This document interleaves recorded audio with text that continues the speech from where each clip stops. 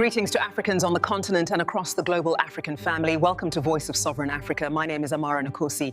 Tonight's report is not entertainment. It is not speculation. What we bring to you is a serious and sensitive report from Burkina Faso, one that exposes these are not the coups many of us grew up hearing about. No tanks in the streets, no radio announcements at dawn. Power moves differently now. Listen carefully.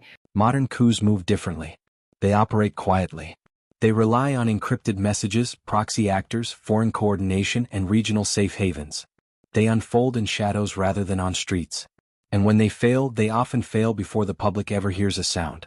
According to multiple credible intelligence sources, an attempted coup was being carefully organized against the current authorities of Burkina Faso. This was not a spontaneous act. It was not disorganized. It was structured, deliberate, and layered. The plot did not reach the execution phase. Not because the conspirators abandoned it. Not because internal disagreements stopped it. It was stopped because it was detected early, penetrated completely, and dismantled methodically by Burkina Faso's military and intelligence services before a single shot was fired. This is an important point. No violence occurred. No chaos unfolded. No panic spread among civilians. By the time the public learned that a coup attempt had existed, the threat had already been neutralized. Sources indicate that the plan involved coordination across multiple levels.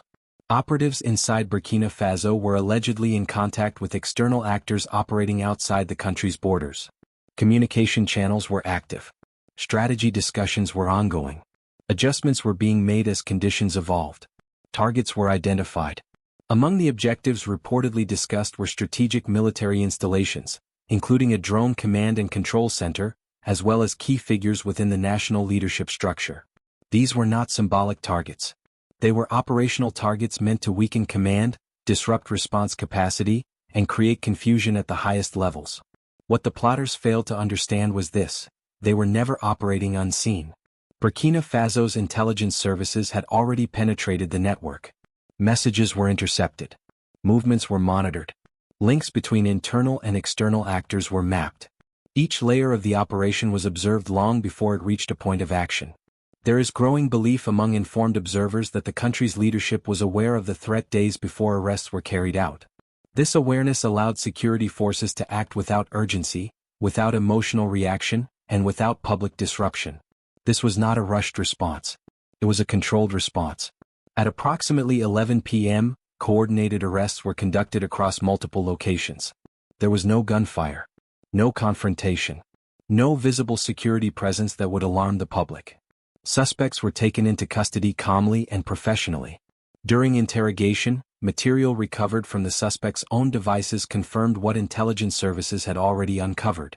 Communication trails, coordination efforts, timelines, and intended targets were all documented. The evidence left little room for denial. By the time information reached the public space, the operation had already ended. Reports further suggest that this attempted destabilization had external backing. Actors linked to foreign interests, actors who continue to see Africa through an outdated colonial framework, remain convinced that African political direction can be altered when it stops aligning with external priorities. These actors believe that African sovereignty is conditional, that independence has limits, that deviation must be corrected. The name of a former Burkinabe leader now operating from outside the country has reportedly surfaced in connection with the coordination of this plot. Sources also point to links with terrorist-associated networks that have recently failed to gain ground inside Burkina Faso due to effective preemptive military operations. These networks, having failed through direct violence, appear to be shifting tactics. Destabilization does not disappear when one method fails. It adapts. Despite multiple failed attempts in the past, those involved regrouped once again. They reorganized. They reconnected. They convinced themselves that another attempt could succeed. This time once again they were wrong.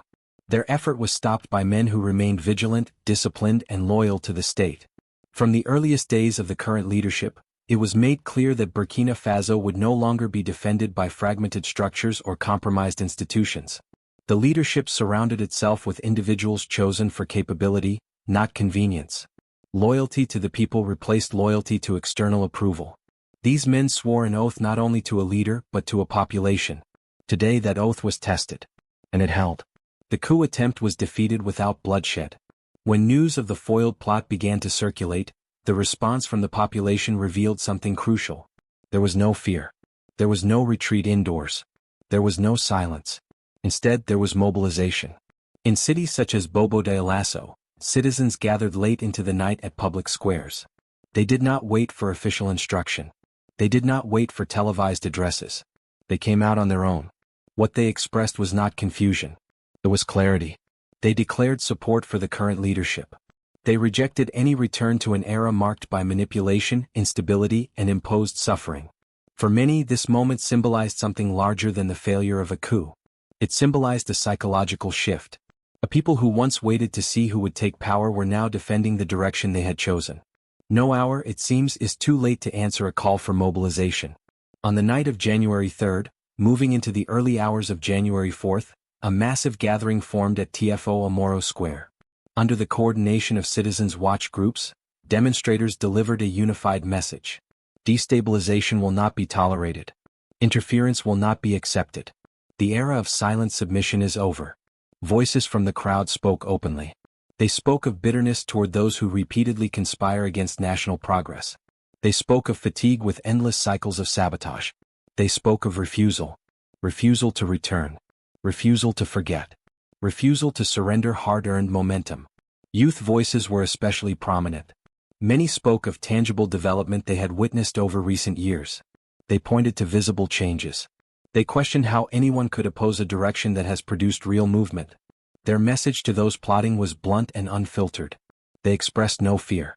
They expressed no hesitation. They affirmed that the popular process underway belongs to them. And they vowed that no individual, no group, and no foreign interest would be allowed to derail it. Citizens' watch groups have since reaffirmed their commitment to remain active. They have vowed to continue blocking all paths leading toward destabilization. According to them, the progressive transformation underway in Burkina Faso is unsettling to those who benefited from disorder, dependency, and external control. But the vision currently guiding the country, they argue, offers a clear path. A path toward full sovereignty. A path toward dignity. A path toward self-determination. This report, however, does not end at Burkina Faso's borders. What is unfolding there raises wider questions for the continent as a whole. Questions about regional security. Questions about foreign interference. Questions about how African nations respond when destabilization attempts shift from open aggression to covert coordination. It also signals a shift that is becoming increasingly visible across Africa. Intelligence systems are improving. Popular awareness is deepening. Political consciousness is aligning with lived experience. These elements, once fragmented, are beginning to move together. Before we continue, we ask you to subscribe to this channel, like this video, share it widely, and add your voice in the comments. Engagement does more than boost visibility. It connects Africans across borders, counters distortion, and strengthens a collective voice that refuses to be ignored. To understand what this attempted coup represents, we must step back and look beyond the borders of Burkina Faso. What happened here is not an isolated incident. It is part of a broader pattern unfolding across the Sahel and, more widely, across Africa. For decades, political instability on the continent followed a familiar script. Leadership changes were abrupt. Military interventions were public. External approval often determined legitimacy. And the population, more often than not, watched from the sidelines as power shifted above their heads. That pattern is breaking. What we are witnessing now is a transition period, and transitions are always contested. When a country begins to assert control over its security, its resources, and its political direction, resistance emerges. That resistance rarely presents itself openly. It hides behind proxies, intermediaries, and narratives designed to confuse rather than confront. The attempted destabilization of Burkina Faso fits this pattern precisely. Repeated failures to undermine the state through armed violence have forced hostile actors to change approach. Terror-linked networks that once relied on direct attacks have seen their operational space shrink. Preemptive military action, improved intelligence sharing, and local cooperation have reduced their ability to move freely. When violence stops working, influence becomes the weapon. Communication replaces confrontation. Coordination replaces invasion. Disinformation replaces declaration. The alleged involvement of actors operating from outside Burkina Faso is not surprising. External coordination has long been a feature of African destabilization. What is changing is the response. Where such coordination once succeeded through secrecy, it now faces surveillance. Where it once relied on fragmentation, it now encounters unity. Burkina Faso's intelligence response signals something important. Detection did not occur at the final stage. It happened early. This suggests institutional learning. It suggests systems that are no longer reactive but anticipatory. This shift matters. A reactive state absorbs damage and then responds. An anticipatory state prevents damage before it occurs. The calm manner in which arrests were carried out reflects confidence. Confidence grows from preparation. Preparation grows from experience. And experience across the Sahel has been costly. Many African nations have paid heavily for underestimating covert destabilization. Safe havens across borders, financial pipelines masked as humanitarian channels, political figures operating in exile, and media narratives shaped abroad have all played roles in previous collapses. What makes this moment different is the alignment between state institutions and popular sentiment. When the population believes in the direction of leadership, destabilization becomes difficult. When youth feel ownership of political outcomes, manipulation loses power. When citizens mobilize instinctively, rather than reactively, external coordination struggles to gain traction. The gatherings in Bobo-Dioulasso were not orchestrated performances. They were spontaneous expressions of confidence. People did not gather because they were told to. They gathered because they understood what was at stake. This matters more than weapons. Throughout Africa's history, many governments fell not because enemies were strong, but because trust between leaders and people was weak. Where that trust exists, destabilization attempts face resistance at every level. This brings us to a critical question. Why do destabilization efforts continue even after repeated failure? The answer lies in incentives. For external actors invested in influence, retreat signals loss. Accepting African self-direction challenges long-standing power arrangements. It disrupts economic access. It alters security partnerships. It shifts diplomatic balances. For internal actors aligned with those interests, change threatens relevance. Old networks lose privilege. Former intermediaries lose leverage. Influence dries up. In such conditions, persistence replaces reason. Each failed attempt is reframed as a lesson learned rather than a warning. Each exposure leads to greater secrecy rather than abandonment. This cycle continues until either influence is restored or resistance becomes undeniable. Burkina Faso's case suggests resistance is becoming undeniable. Citizens watch groups illustrate a new layer of civic engagement. These are not armed units. They are organized observers. Their role is visibility, accountability, and deterrence. Their presence signals that destabilization will not unfold unnoticed. This changes calculations. When every move risks exposure, covert coordination becomes risky. When local populations recognize manipulation tactics, narratives lose traction. When youth speak openly about sovereignty, silence no longer protects conspirators. Across the region, similar dynamics are emerging. Mali, Niger. Others watching closely. Each event informs the next. Each response sets a precedent. This is how regional norms shift. It also explains why foreign coordination increasingly relies on fragmentation. Divide regions. Isolate leadership. Create diplomatic pressure. Manufacture legitimacy crises. These strategies aim to weaken alignment between state and society. But alignment, once formed, is hard to undo. Burkina Faso's leadership has emphasized development, security, and dignity as central pillars. Whether one agrees with every policy choice is secondary to the broader picture. The population sees movement. They see direction. They see intent. That perception shapes loyalty. When youth say they see change, it reflects lived experience. Roads, security, public messaging, national pride. These are not abstract ideas. They are daily encounters. Opposition to such momentum struggles to gain moral ground. This is why attempts now focus less on persuasion and more on disruption. If progress cannot be reversed through argument, it must be stalled through instability. If leadership cannot be discredited publicly, it must be removed quietly. This is the logic behind modern coups. But modern coups require silence. They require confusion. They require delay. In Burkina Faso's case, none of these conditions held. Information moved faster than conspirators expected. Loyalty within institutions held firm. The population responded immediately. The window closed before it opened. This outcome carries lessons for the rest of Africa. First, intelligence matters. Early detection saves lives and preserves stability. Second, popular support matters. A population that feels invested will defend outcomes. Third, transparency matters. When people understand what is happening, rumors fail. Finally, unity matters. Fragmented societies invite interference. Aligned societies deter it. As we approach the final part of this report, we will examine what collective African responses might look like. How regional cooperation could limit safe havens. How shared intelligence frameworks could reduce external manipulation. And how African voices, when unified, reshape global expectations.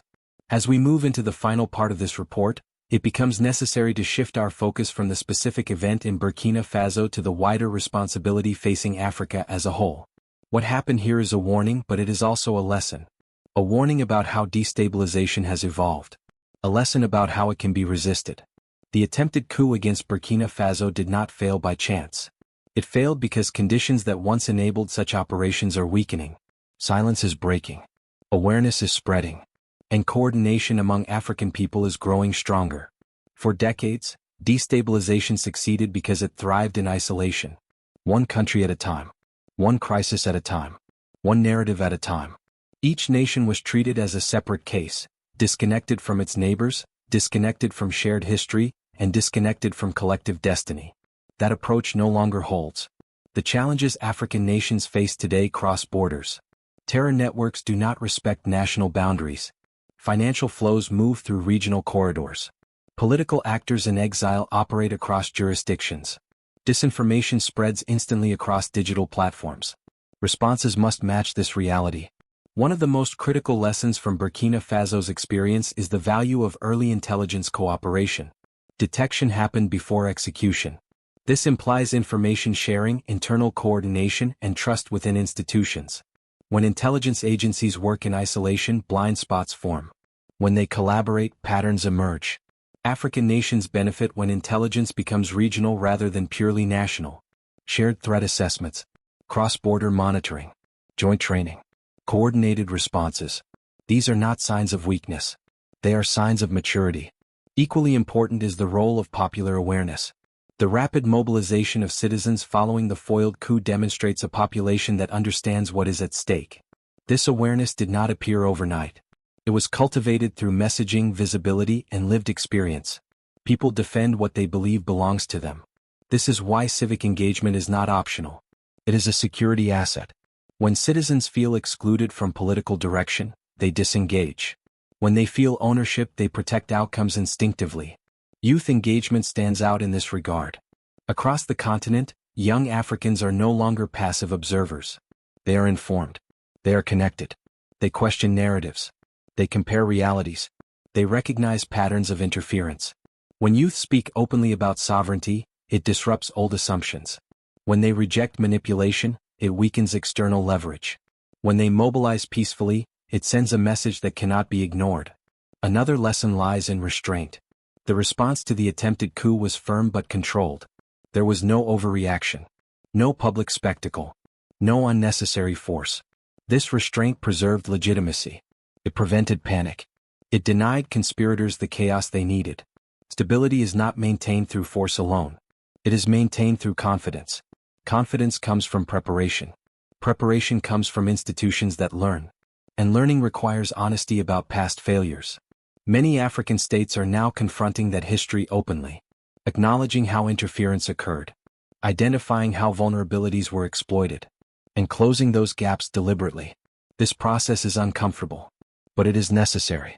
The idea that African nations must always rely on external actors for stability is being challenged, not through rhetoric but through outcomes. When security improves, when institutions hold, when people mobilize in defense of their own direction. This is how narratives change. Of course, resistance will continue. Destabilization does not stop because it fails once, or twice, or even several times. Interests adapt. Tactics shift. Pressure finds new forms. Economic pressure. Diplomatic isolation. Information warfare. Internal division. These tools are already familiar. What matters is how Africa responds collectively. No single nation, regardless of strength, can address these pressures alone. Collective response does not mean uniformity. It means coordination, shared standards, mutual support. It means recognizing that when one nation is targeted, others may follow. That silence today becomes vulnerability tomorrow. Burkina Faso's experience offers a reference point. Not a blueprint but a signal. A signal that early detection works. That popular alignment matters. That calm response defeats chaos. It also reminds us that sovereignty is not declared once. It is defended continuously. This brings us back to you. Information is no longer controlled by a few outlets. Narratives are shaped in real time by people sharing, questioning, and engaging. Your role matters. Not as spectators, but as participants in a continental conversation. When misinformation spreads, challenge it. When distortion appears, question it. When progress is visible, acknowledge it. When manipulation surfaces, expose it. This is not about loyalty to individuals. It is about loyalty to principle, sovereignty, dignity, self-determination. One voice may be dismissed. A million voices reshape reality. Before we close, we return to the questions posed earlier because they remain central. What does the early detection and complete neutralization of this alleged coup attempt reveal about the strength of Burkina Faso's intelligence systems and the alignment between leadership and population? And how should African nations respond collectively to repeated destabilization efforts involving foreign coordination, proxy networks, and regional safe havens? These are not academic questions. They are practical ones. The answers shape policy. They influence cooperation. They define the next chapter. Leave your thoughts in the comments. Engage respectfully. Share perspectives. Disagreement sharpens understanding when grounded in truth. Africa's future does not depend on silence. It depends on informed, united, and vigilant Africans.